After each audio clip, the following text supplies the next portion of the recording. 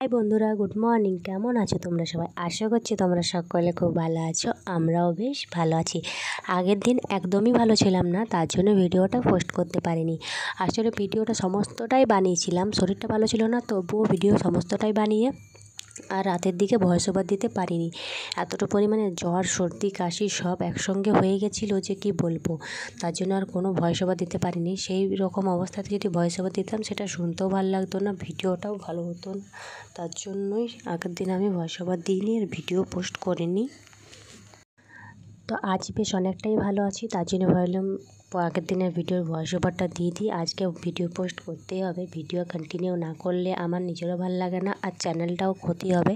তার জন্য ভাবলাম আজ যে কোনো হোক ভয়েসটা দিতে হবে। তো ওষুধ খেয়ে দিয়ে আমি এখন মোটামুটি ঠিকই আছি।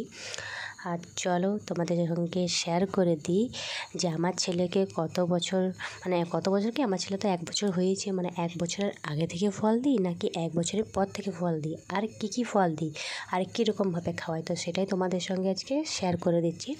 আমি আমার ছেলেকে 1 বছরের আগে থেকেই ফল দিই। তখন দিতাম আপেল, কলা আর কী বলে ওটাকে, বেদানা। আমি এই 3টে ফলই ওকে দিয়ে ট্রাই করেছি, আর আরও দিয়েছিলাম, লেবু দিয়েছিলাম।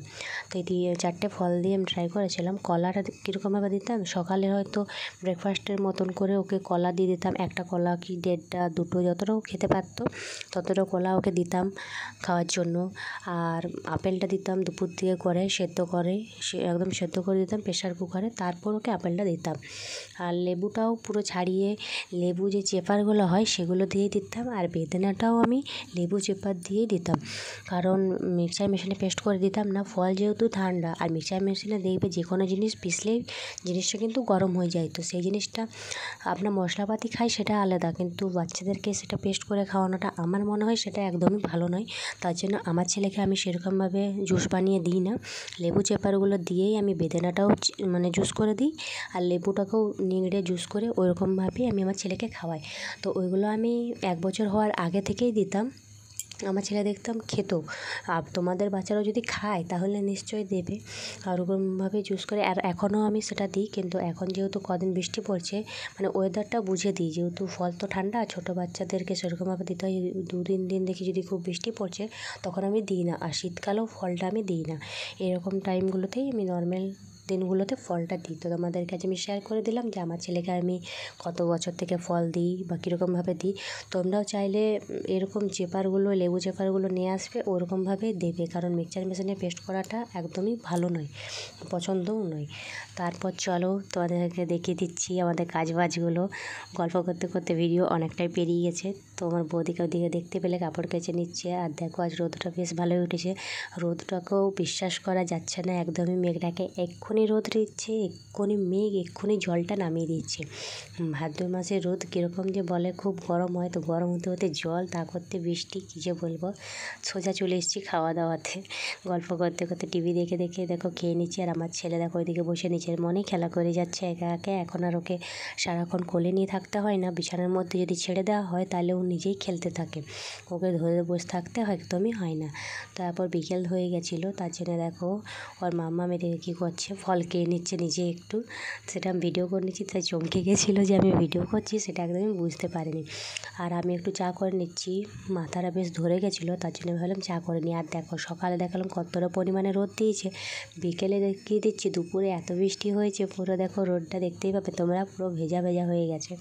তো একদমই, আর যেহেতু শরীর ভালো ছিল না, ভাত সেরকমভাবে খাইনি, খুব বাইরের খাবার খেতে ইচ্ছা করছিলো, তখন ভাবলাম বাইরের খাবার যদি খাই, বাইরের তেল মশলাগুলো সেরকম ভালো নেই, আর বৃষ্টির মধ্যে কে যাবে। তার জন্য বসিয়ে দিয়েছি চাউমিন আর পাস্তা, খুব খেতে ইচ্ছা করছিলো, তো একটু দুটোই খেয়ে নেবো, সেরকমভাবে কিছু খাওয়াইনি বলে চাউ পাস্তা ভাবলাম বানিয়ে নিই খাবো। তারপর বৃষ্টি যখন থেমে যায়, তো আজ তো ছেলে একদমই বাড়ি থেকে বেরোয়নি, তো ভাবলাম একটু বের করে দিই ওকে বাইরে, তো ওরও মনটা ভালো লাগবে। আর দেখো কীরকম জল হলো, আরও বিকেল দিক করে ঠিক থেমে গেল। দুপুর দিকে জল হয়েছে, বিকেল দিকে থেমে গেছে। তো একটু বাইরে বেরিয়েছিল, আর এদিকে আমার বৌদি সমস্ত জিনিসপত্র রেডি করে দিচ্ছে চাউমিন পাস্তা বানাবার জন্য। আর ফ্যানটা দেখো একদম চিট হয়ে গেছিলো, সেটা বাবা পরিষ্কার করে দিচ্ছে। কারণ যেখানে রান্না হয় ওইখানে একটা বিছানা আছে, তো ওইখানে এই টেবিল ফ্যানটা লাগানো থাকে। তো টেবিল ফ্যানটা তো সেরকম ইউজ হয় না, তবুও রান্না যেহেতু হয় তো তেলের চিটগুলো যেয়ে বসে যায়। আর বাবা ওই ফ্যানটা একদম পরিষ্কার করে রাখবে, যেহেতু ওই ফ্যানটা সাদা আর লালের মধ্যে, তো খুব সুন্দর লাগে যদি পরিষ্কার থাকে। আর আমার বাবা পরিষ্কার ওইগুলো রাখবেই, তো তার জন্য পরিষ্কার করে নিচ্ছে। আর আমি এদিকে বসে গেছি চাউমিন পাস্তার রেডি করার জন্য। আর আমার বৌদি করে দিচ্ছে ভিডিও। আর আমার ছেলে তখন বাড়িতে ছিল না, ও চলে গেছিলো তার দাদা বাড়িতে একটু খেলা করার জন্য। আর এইসব বানালে ও বেশিরভাগ সময় বাইরেই থাকে, যেহেতু তেলের ঝাঁঝ টাঝ ওর সহ্য হয় না। ওর কেন, কোনো ছোটো বাচ্চারই সেটা সহ্য হবে না, তার জন্য ও চলে গেছিলো একটু বাইরে ঘোরাঘুরি করতে। তখন আমি ভাবলাম ঝটপট বানিয়ে নিই, কারণ ছেলে এলে তো নইলে কাশবে খুব। তো ফার্স্টেই বানিয়ে নিচ্ছি চাউমিনটা। চাউমিন ছিল যেহেতু 1 প্যাকেট, আর পাস্তাও বেশি ছিল না, তার জন্য ভাবলাম কেউ নেবে চাউমিন আর কেউ খাবে পাস্তা, দুজন মিলে। তো সেই জন্যেই আমি ফার্স্টে চাউমিন বানিয়ে নিচ্ছি। আমি ভাবলাম চাউমিনটাই আমি খাবো, তো চাউমিনটা আগে বানিয়ে নিই, কারণ খুব চাউমিন খেতে ইচ্ছা করছিলো। পাস্তাটাও আমি নিয়েছিলাম, দুটোই নিয়েছিলাম একটু, কিন্তু চাউমিনটা আমি পুরোটাই খেয়েছিলাম। এদিকে ম্যাগি মশলা দিয়ে দিচ্ছি। চাউ পাস্তা বানালে তোমরা কে কী মশলা দাও আমাকে একটু জানাবে তো। আমি কিন্তু ম্যাগি মশলাটাই দিই, কারণ এটাই বেশ ভালো লাগে, কিন্তু চাউ পাস্তার মধ্যে ম্যাগি মশলা দিয়ে বানালে খেতে খুবই ভালো লাগে। তো এদিকে চাউমিনটা আমি ফার্স্ট বানিয়ে নেবো, তারপর পাস্তা বানিয়ে নেবো। পাস্তা বানানোর পুরো ভিডিওটা হয়তো দেখানো হয়নি, কারণ তখন আমার বৌদি, আমার ছেলে বাড়ি চলে এসেছিলো, কান্নাকাটি করছিল। আর একজনের কোলেও অনেকক্ষণ থাকে না, তার জন্য আমার বৌদি ঝটপট করে গেছিলো ওকে কোলে নেওয়ার জন্য। তার জন্য আমি আর সেরকম পাস্তার ভিডিও পুরোটা কন্টিনিউ করিনি। হয়ে যাওয়ার পর তোমাদেরকে দেখিয়ে দেবো যে পাস্তাটা কীরকম হয়েছে না হয়েছে। খেতে কিন্তু খুব সুন্দরই হয়েছিল, আমার বৌদিও বলেছে যে খেতে ভালোই হয়েছিল। আর আমার যেহেতু সর্দির মুখ ছিল, তো আমি একটু লঙ্কা দিয়ে বানিয়েছিলাম, বেশ খেতে ভালোই লাগছিলো। যেহেতু বাইরে যাওয়ার কোনো অপশান নেই, বাড়িতে বানিয়ে সেটাকেই ভালো লাগছে করতেই হবে, ওটা নিজের মনকে সান্ত্বনা তো দিতেই হবে, তাই বলে দিলাম নিজের মনকেই সান্ত্বনা দেওয়ার জন্য। তাই দেখো আমারটা রেডি হয়ে গেছে, এবার ওদেরটা রেডি করে দিচ্ছি। পাস্তাটা বাবা আর বৌদি যেহেতু খাবে ওদেরটা বানিয়ে দিচ্ছি। তো ওদেরটায় লঙ্কা আমি দিইনি সেরকমভাবে, কারণ আমার বাবা অতটা ঝাল পছন্দ করে না, সেই জন্য ওদেরটায় বেশি লঙ্কা আমি দিইনি।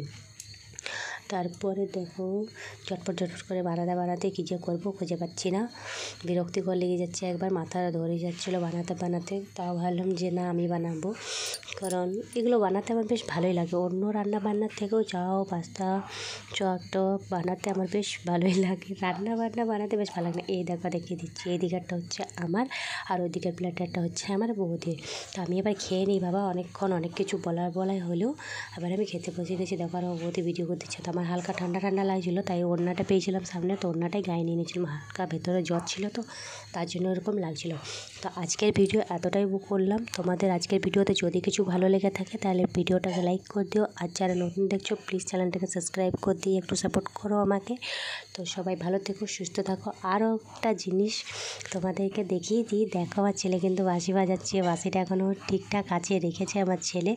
তো চলো সবাইকে বাই টাটা বলে আজকের ভিডিও শেষ।